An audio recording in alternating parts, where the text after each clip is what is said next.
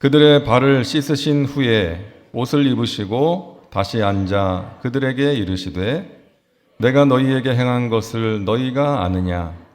너희가 나를 선생이라 또는 주라 하니 너희 말이 옳도다. 내가 그러하다. 내가 주와 또는 선생이 되어 너희 발을 씻었으니 너희도 서로 발을 씻어주는 것이 옳으니라. 내가 너희에게 행한 것 같이 너희도 행하게 하려 하여 본을 보였노라. 아멘. 따라합니다. 예수님처럼 본을 보이라. 이번 특별 새벽기도의 3일 동안 예수님을 닮은 사람은 어떤 사람인가를 살펴보고 있습니다. 어제 두 가지 나눴는데요. 기억하세요? 예수님을 닮은 사람은 첫째로 하나님의 뜻을 따르는 사람이고 또 늘 깨어서 기도하는 사람이다 라고 했습니다. 자, 오늘도 두 가지를 나누려고 합니다. 첫째로 예수님을 닮은 사람은 본을 보이는 사람이다. 평양신학교를 나오고 또 우리가 잘 아는 평양 장대현 교회, 1907년 평양 대부흥이 시작된 교회잖아요. 그 장대현 교회에서 길선주 목사님과 함께 동역하셨던 방지일 목사님, 지난 2014년에 103세의 나이로 돌아가셨는데 이분이 21년 동안 중국에서 선교 사역을 하시다가 추방된 후에는 영등포 교회에서 장로교 통합측 교회인데 사역을 하셨습니다. 이분이 목회자를 이렇게 정의하셨어요. 목회자는 미용사입니다. 그리스도의 신부인 교인들을 아름답게 꾸미는 사람입니다. 신랑의 마음에 흡족하도록 아름답게 준비하고 맞이하도록 해야 합니다. 이런 말씀을 하셨어요. 목회자는 미용사다. 그리스도의 신부인 교인들이 장차 신랑 되신 주님을 만날 때 아름다운 모습으로 만날 수 있도록 만들어야 한다는 것이죠. 그러면서 교인들을 단장해야 할 것 세 가지를 말씀하셨는데, 첫째, 진정으로 죄를 회개하게 해야 합니다. 그래야 정결한 신부로 신랑을 맞이할 수 있습니다. 둘째, 복음을 증거하는 교인이 되도록 해야 합니다. 주님의 지상 명령을 순종하는 것입니다. 셋째, 가족부터 교인까지 주님이 맡겨주신 사람들을 위해 기도하게 해야 합니다. 이 세 가지를 하도록 해야 한다는 거예요. 그럴 때 장차 주님 앞에 서게 될 때에 아름다운 모습으로 신랑 되신 주님을 만날 수 있다는 것이죠. 회개, 전도, 기도입니다. 자, 그러면서 그렇게 할 수 있도록 하기 위해서 중요한 것이 본을 보이는 것이라고 말씀하셨어요. 목회자가 먼저 예배와 복음 전파와 기도 생활에 있어서 본이 되어야 한다. 자, 여러분, 이 자리에 있는 많은 분들이 리더들이에요. 그죠? 여러분의 지구역에서, 교구에서, 부서와 기관에서 리더의 자리에 계신 분들이 이 자리에 많이 계실 것입니다. 리더십의 정의 가운데 대표적인 것이, 한번 따라 하실까요? 리더십은 영향력이다. 리더는 영향을 끼치는 사람이라는 거예요. 리더의 자리에 있으면 좋은 영향이든 나쁜 영향이든 영향을 끼치게 되어 있어요.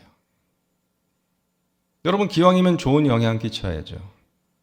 그러기 위해서 필요한 것이 본을 보이는 것이다. 말로 하는 것보다 삶으로 보여줄 때에, 우리의 모습으로 보여줄 때에 큰 영향력, 선한 영향력이 있는 것입니다. 예수님께서 말씀하셨어요. 오늘 15절에 우리 같이 읽습니다. 내가 너희에게 행한 것 같이 너희도 행하게 하려 하여 본을 보였노라. 우리 예수님의 제자 훈련의 핵심은 본을 보이는 것이었어요. 예수님은 날마다 새벽을 깨워서 한적한 곳에 가셔서 기도하셨습니다. 그 예수님의 기도하시는 모습을 본 제자들이 뭐라 그래요? 예수님, 우리에게 기도를 가르쳐 주세요. 그래서 예수님께서 우리가 주기도문이라고 부르는 그 기도를 가르쳐 주신 것이죠. 기도의 본을 보여주심으로써 제자들에게 영향을 끼치신 거예요. 기도를 가르쳐 주신 거예요. 누가 높냐 하면서 다투는 제자들, 예수님께서는 아무 말씀도 하지 않으시고 물을 떠다가 제자들의 발을 씻겨 주십니다. 너희들 섬겨야 돼 라고 말씀하시지 않고 발을 씻겨 주시는 행동으로 섬김을 보여주시고 가르쳐 주신 것이죠.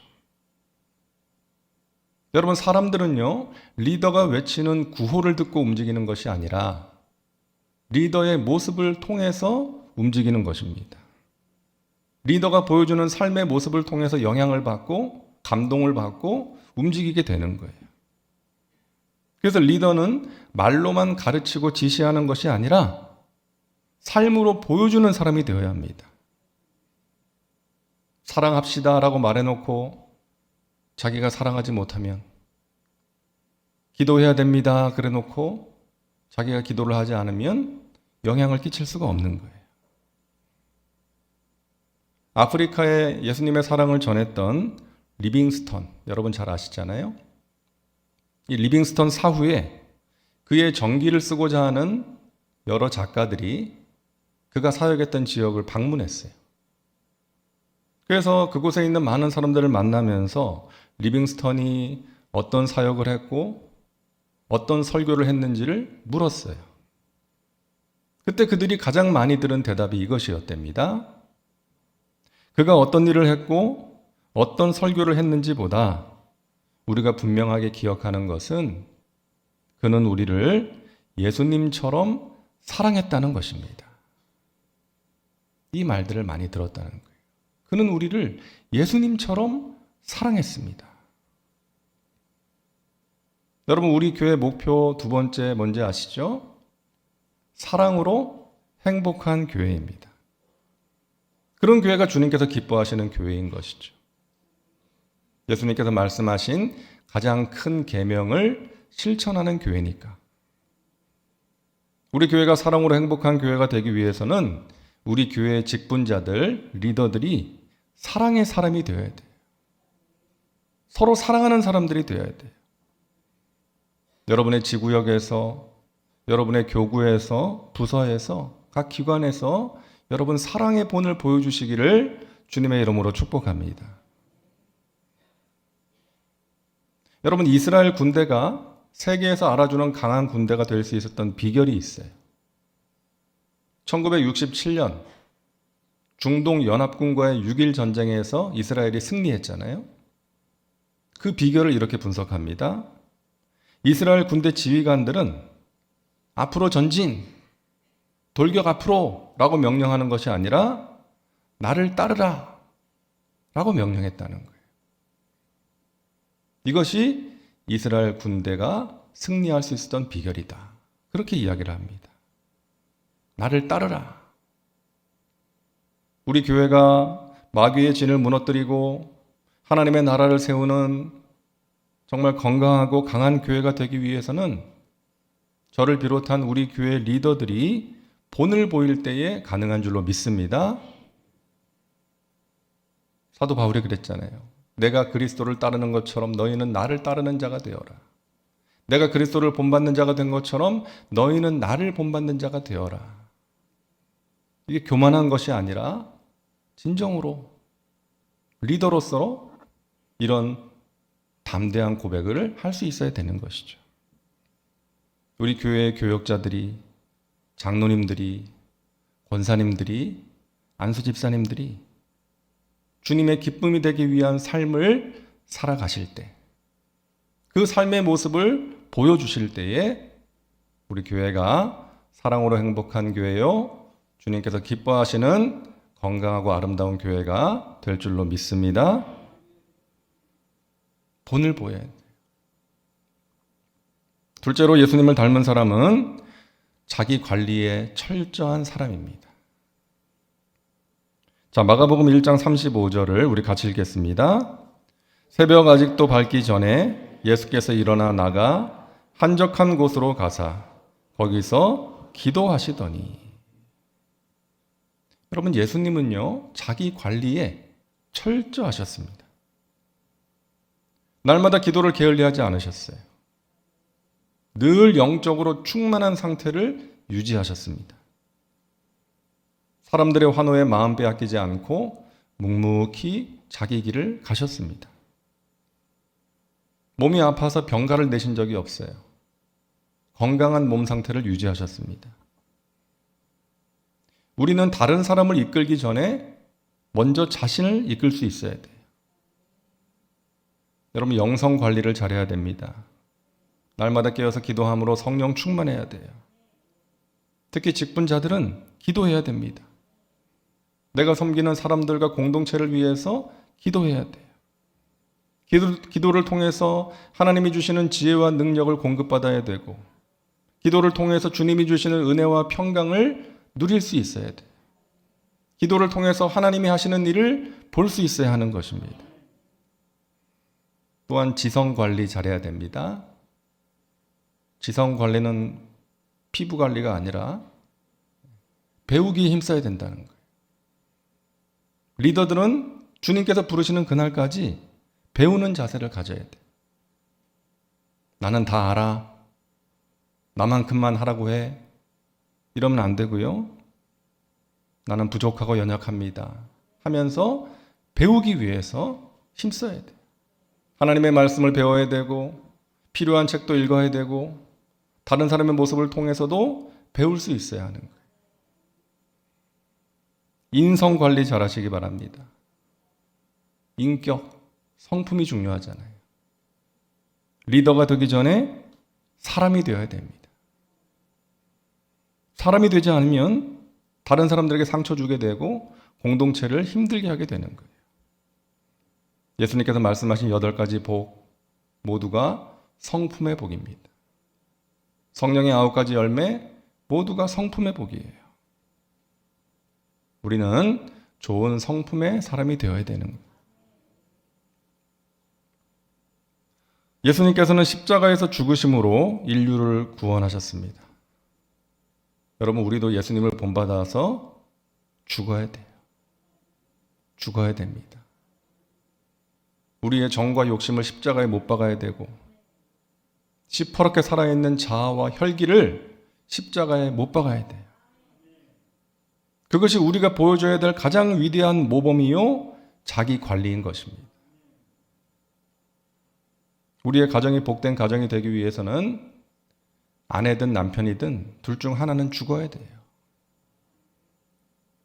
교회에 와서 주님, 내 남편 좀 만나주세요. 그렇게 기도를 하는데 집에 가서는 남편한테 성질 부리고 바가지 긁고 하면 남편은 그런 아내의 모습만 보고 아내 안에 계신 주님의 모습은 볼 수가 없는 거예요. 시퍼렇게 살아있는 그 자아 때문에 예수님이 보이지 않는 것입니다. 하지만 우리가 죽으면 예수님이 보이는 거예요. 예수님이 역사하시는 거예요. 어느 집사님이 남편이 예수님을 믿지 않아요. 예수님을 믿지 않는 정도가 아니라 믿는 아내를 핍박합니다. 아내에게 상처 주는 말과 행동을 자주 했어요. 하지만 이 집사님은 한 번도 남편에게 언성을 높이지 않았습니다. 남편과 싸우지 않았어요. 남편하고 같이 교회 가는 게 소원이었대요. 어느 날 기도를 하는데 성령께서 감동을 주셔서 남편의 신발을 들고 교회 가서 기도합니다. 하나님, 제 남편은 교회 나오지 않았지만 남편의 신발은 교회 나왔습니다. 앞으로 이 신발 주인도 예수 믿고 교회 나오게 해주세요. 그렇게 간절하게 남편의 신발을 끌어안고 기도를 했다는 거예요. 드디어 주님의 때가 됐습니다. 남편이 집에 돌아왔는데 아내가 보이질 않는 거예요. 이 여자가 또 교회 갔구나. 밥 차려줄 생각은 안 하고 교회 갔구나. 화가 났어요. 그 교회 갔더니 기도회가 진행되고 있었어요. 뒤에서 보니까 아내의 뒷모습이 보이는 거예요. 그런데 그날따라 아내의 뒷모습이 그렇게 치근하게 보이더래요. 그리고 기도회가 시작되어서 조용히 아내에게 다가갔는데, 아니 자기 신발을 들고 거기다 눈물을 떨어뜨리면서 기도를 하고 있는 거예요. 그 모습을 보는 순간에 주님께서 이 남편의 마음을 만지셨어요. 내가 나쁜 놈이었구나. 내가 그동안 이 아내의 마음에 많은 상처를 주었구나. 몹쓸 짓을 했구나.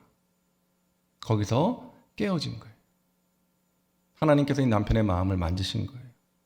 그리고 그 주일부터 아내와 함께 교회를 나가게 되었다는 것입니다. 사랑하는 여러분, 부모의 가장 큰 바람은 뭐예요? 자식이 잘 되는 거 아닙니까? 내 자녀가 하나님 만나고 신앙생활 잘하기를 바라는 거죠. 아무리 윽박질러도 소용없던 자녀가 예수님 만나면 변화되는 거예요. 근데 자녀가 어떻게 예수님 만날 수 있어요? 가장 확실한 방법은 부모를 통해 만나는 것입니다. 부모가 죽고 예수님이 살면 돼요. 부모의 인격과 삶이 교회와 가정에서 판이하게 다르면 자녀들의 신앙에 위기가 찾아옵니다. 자녀들이 부모의 그런 모습을 보면 신앙이라는 것을 하찮게 여기게 돼요. 하지만 그런 자녀들에게 부모가 자아가 죽은 모습을 보여주고 내가 아니라 내 안에 계신 예수님이 드러나면 자녀들은 부모를 통해서 예수님을 보게 되고 만나게 되는 것입니다. 여러분의 표정을 가만히 보니까 아이고 목사님이 자식을 안 키워봐서 그래요. 그게 얼마나 힘든데요. 그러시는 것 같은데 물론 힘들죠. 근데 여러분, 내 힘과 노력으로 하려고 하니까 힘든 거 아닐까요? 내가 죽으면 가능하지 않을까요? 나는 죽었습니다. 주님만이 하실 수 있습니다. 죽으면 가능한 것입니다. 여러분, 죽는다는 게 뭐예요? 십자가를 경험하는 거예요. 십자가에서 예수님만 죽으신 것이 아니라 나도 함께 죽었습니다. 이것을 인정하는 거예요. 인생의 큰 홍해와 같은 문제 앞에서 주님, 저도 죽었습니다.